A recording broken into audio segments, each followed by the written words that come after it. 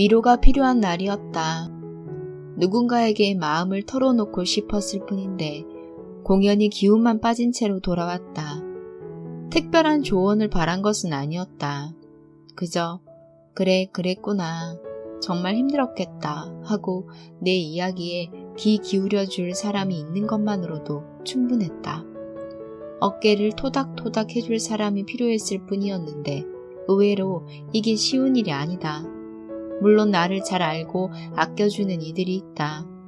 그러나 그들의 시간이 늘 내게 있는 것은 아니다. 오늘이 가기 전에 꼭 듣고 싶은 말이 있었다. 타인이 해줄 수 없다면 내가 직접 그 말을 들려주기로 한다. 안녕하세요, 윤희입니다. 다들 평온하게 잘 지내셨습니까? 저는 여러분들 덕분에 이번 주도 감사히 잘 보냈습니다.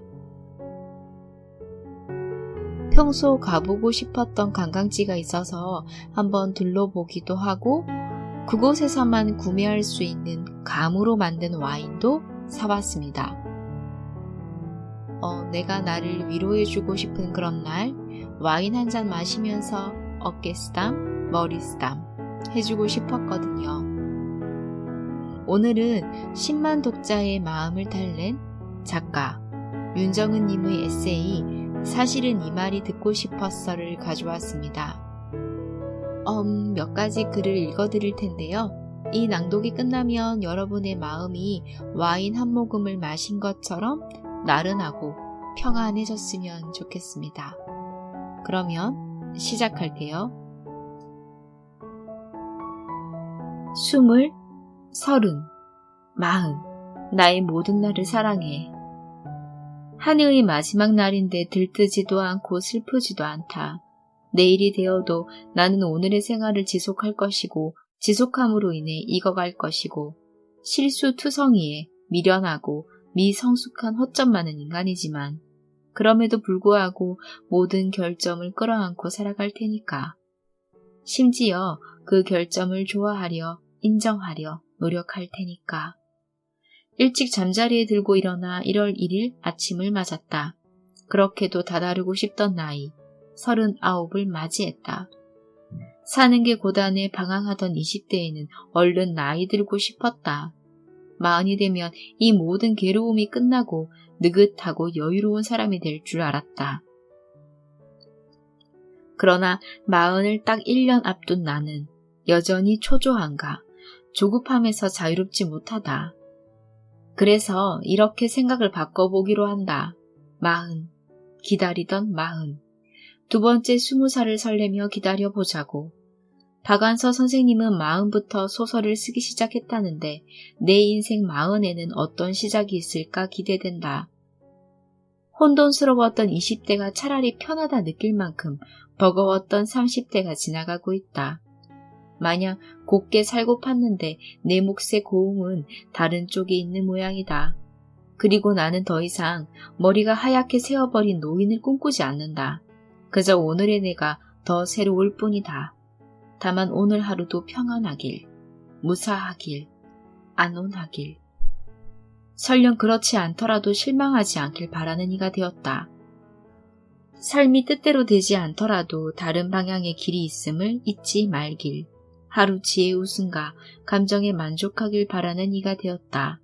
나무가 익어가고 꽃이 피고 낙엽이 지고 앙상해지고 다시 새순이 돋으며 나이테가 생기듯 내 마음에도 나이테가 생겨가고 있나 보다. 나이 들어간다는 거, 주름이 깊어진다는 건 참 아름다운 일이다. 열어놓은 창으로 들어오는 바람이 차다. 창문을 닫으며 따뜻한 야채 국물이 먹고 싶어졌다. 야채와 버섯 가득한 만두 전골을 바글바글 끓인다. 청양고추 하나 송송 썰어 넣어 칼칼하다. 뜨거운 불 위에서 바글바글 끓고 있는 전골이 마치 생이 힘차게 움직이는 모습 같아 넋을 놓고 바라본다. 역동적인 움직임을 떠 숟가락 위에 올리고 후후 불어먹으니 살아갈 힘이 난다. 새해의 첫날, 뱃속이 뜨끈해진다. 속을 뜨끈하게 데운 힘으로 남은 날들을 살아갈 것이다. 나의 모든 날들을 사랑한다.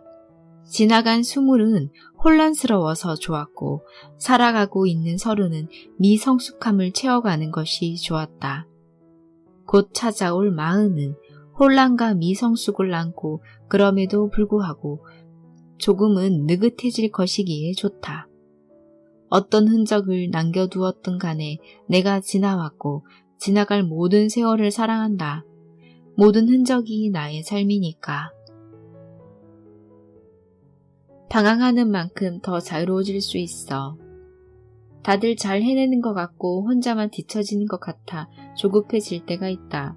뭐라도 해야 할 것 같은데 몸과 마음마저 말을 듣지 않으면 자책하게 된다. 멋진 사람과 비교하며 한심해하는 나라니 참 나답지 않다. 그동안 다른 사람과 비교하거나 같은 길을 가기보다 스스로의 보폭으로 걷는 삶을 살았다. 늘 남들이 가는 길을 거꾸로 가거나 인적 드문 새길을 골라 가는 사람이었다. 무언가를 해야 할 때라고 정해준 것들을 비껴가고 마음의 소리를 찾아 꿈과 이상을 쫓아가는 사람이었다. 하지만 어느 순간부터 타인의 시선에서 자유롭지 못하고 무엇보다 나 자신의 평가에서조차 자유롭지 못하다. 다시 나다움을 찾기 위해 자유를 생각한다. 태어나는 것, 가족, 성인이 되기까지의 삶은 선택할 수 없지만 그 이후의 삶은 원하는 대로 만들어갈 자유가 있다고 생각했다. 정해준 대로 따라가던 삶 이유를 직접 좋아하는 대로 만들어가며 진정한 나로 거듭날 수 있다. 자유는 늘 다르게 생각하는 사람에게 주어진다. 로자 룩셈부르크의 이 말을 노트 맨 앞에 적어본다. 자유는 늘 다르게 생각하는 사람에게 주어지기에 아프고 힘겹고 값지다. 다르게 생각한다는 건 무엇일까? 사의 속도나 기준이 아닌 개인이 정한 속도와 기준으로 살아가는 방법을 생각함이 아닐까? 대학교에 강연을 가면 학생들이 고민 상담을 청하며 많은 질문을 던진다. 내가 건네는 말이 정답은 아니겠지만 학생들이 마음의 고민을 밖으로 꺼내면서 조금이라도 시원해지길 응원하며 조심스럽게 답변을 건넨다. 가끔 어디서도 꺼낸 적 없는 고민을 꺼내며 울음을 터뜨리는 학생도 있다. 반듯함과 정답만을 강요당하는 사회에서 얼마나 힘들었을지 안타까워 한참을 토닥거려 준 적도 있다. 저는 저만의 속도로 가고 싶은데 가끔 불안할 때가 있어요. 친구들은 취업도 하고 자리를 잡아가는 것 같은데 저만 뒤처지는 것 같습니다. 당연히 불안할 수밖에 없을 것이다. 친구들의 속도와 비교에 불안해하는 마음을 다잡는 것밖에, 그리고 나만의 방식대로 경험해보고 좋아하는 일을 찾아가는 여정에서 불안하더라도 불안함을 그대로 안고 진짜 나를 찾는 수밖에 없다. 누구나 출발점은 다르다. 그리고 도착점도 다르다. 각각 자신만의 속도가 있다. 조금 천천히 가도 조금 빨리 가도 괜찮다. 가다 보면 어느 순간 앞서기도 하고 뒤처지기도 한다.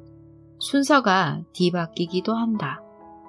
외부의 시선과 평가에 연연하는 마음보다 내 안의 목소리에 귀 기울일 때 진정한 삶의 자유를 얻는다. 그렇게 얻은 자유는 쉽게 빼앗기지 않는다. 스스로 정의한 삶을 살아가는 자유는 달콤하고 단단하다. 나 다음의 자유를 일찍 찾을수록 흔들림도 적다. 흔들리더라도 부러지지 않고 서 있을 수 있다. 다른 사람들의 속도에 맞추어가지 않고 나만의 속도에 맞추어가는 자유란 참 좋은 것이다. 그때부터가 진짜 내 삶이 되니까.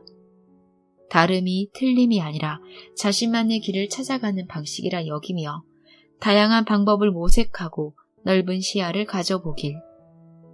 끊임없이 흔들리며 선택하고 만들어가는 아름다운 방향도 자유의 일부니까. 무엇이 우리를 기다릴지 모르지만 끝까지 살아요. 당신에게 1분 1초도 아까워하며 삶 자체를 24시간 사랑했던 시절이 있었는가?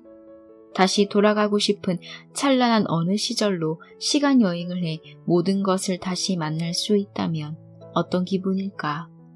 영화 카페 벨 에포크에서 마나가 빅토르는 시간이 지나 희미하게 빛 바랜 듯 힘 빠진 하루를 살고 있다. 신문에 정치인 캐리커처 만화를 그렸지만 신문이 온라인에 주력하며 일을 잃었다. 과거에 작업했던 만화도 그리지 않는다. 잘나가는 아들을 질투하고 급기야 아내 마리안네에게 쫓겨나자 빅토르는 말도 안 되지만 지금의 자신에게 너무나 절실한 선택을 한다. 고객이 돌아가고 싶은 순간을 재현 배우와 세트장을 통해 살게 해주는 100% 고객 맞춤형 시간여행 설계자 앙투안의 초대를 받아들여 아내를 처음 만났던 카페 벨 에포크로 간 것이다.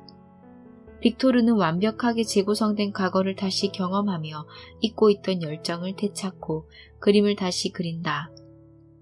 재현 배우 마고가 연기하는 가상의 아내 마리안느와도 다시 사랑에 빠진다. 그러나 시간여행의 하루 비용은 너무 비쌌고 과거에 계속 머물고 싶던 그는 그리지 않겠다던 그림을 팔아 돈을 마련한다. 삶이 끝나버린 듯 아무것도 하지 않고 무기력하던 빅토르의 외모에 생기가 돌고 자신 없던 그림, 자신 없던 인생에는 활기가 넘친다. 하지만 과거를 연기한 마고와 달리 현실에서 자신의 삶을 살아가는 마고와는 사랑할 수 없다. 과거 안에서 살고 싶은 빅토르는 절망한다. 아무리 찬란했더라도 과거는 돌아오지 않는다. 돌아보고 후회하고 안타까워하면서도 시간은 계속 흐른다. 과거로 갈 수 없다면 미련하게 후회만 하지 말고 남은 삶을 찬란하고 새로운 화양연화로 만든다면 어떨까? 영화에서도 빅토르는 아내를 연기한 마고가 아닌 진짜 마리안느를 시간여행의 장소로 초대해 재회한다.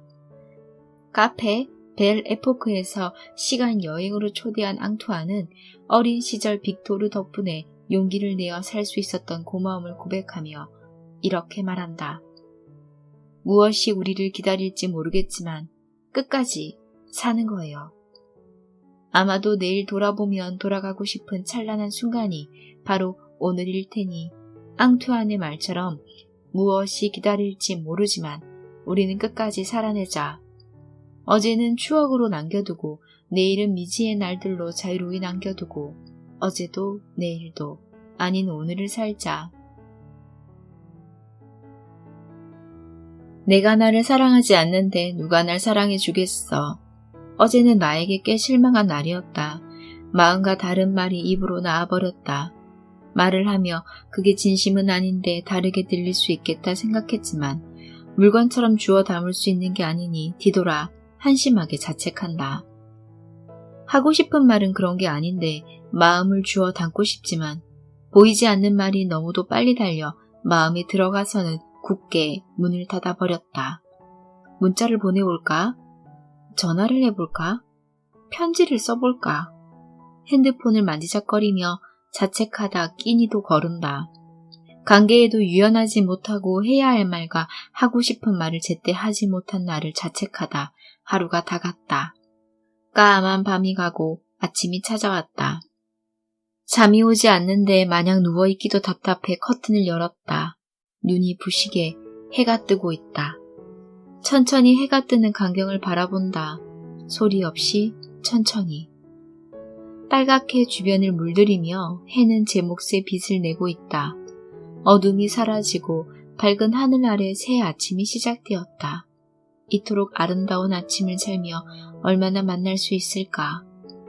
해가 천천히 뜨는 모습을 지켜보며 못난 나를 미워하는 마음을 밤에 두고 온다. 어제의 못난 나를 미워하느라 아무것도 하지 못하고 하루를 보냈는데 아침은 선물처럼 다시 찾아왔다. 이토록 아름다운 날 스스로를 미워하는 건 오늘에 대한 예의가 아니다. 몸을 일으켜 이불을 털고 기지개를 켠다. 한심한 나를 그만 미워하자. 미워하지만 말고 마음에 들지 않는 부분이 있다면 고쳐보고 고쳐지지 않는다면 받아들여보자. 못난 모습의 나도 나고 기특하고 예쁜 모습의 나도 나다. 평범하고 우울하고 지루하고 쓸쓸한 모습의 나도 나다. 때론 슬프고 알싸한 감정이 드는 날의 나도 나다. 실수했다면 사과하고 마음을 전하고 싶다면 진심을 담아 다시 이야기하고 사과가 받아들여지지 않는다면 받아들여지지 않음을 인정하고 떼쓰지 말아야지. 모든 날의 나를 바꾸려 자책하지 말고 있는 그대로의 나부터 받아들이는 연습을 해야겠다. 힘을 내야겠다. 듣고 싶은 위로를 받기 위해 종이 위에 연필로 문장 하나를 꾹꾹 눌러 써본다. I love you the way you are. 있는 그대로의 나를 사랑하는 것, 싫고 믿고 한심하기도 하지만 결국엔 이게 다 내 모습이다. 이게 사랑이 아니면 뭐가 사랑인가?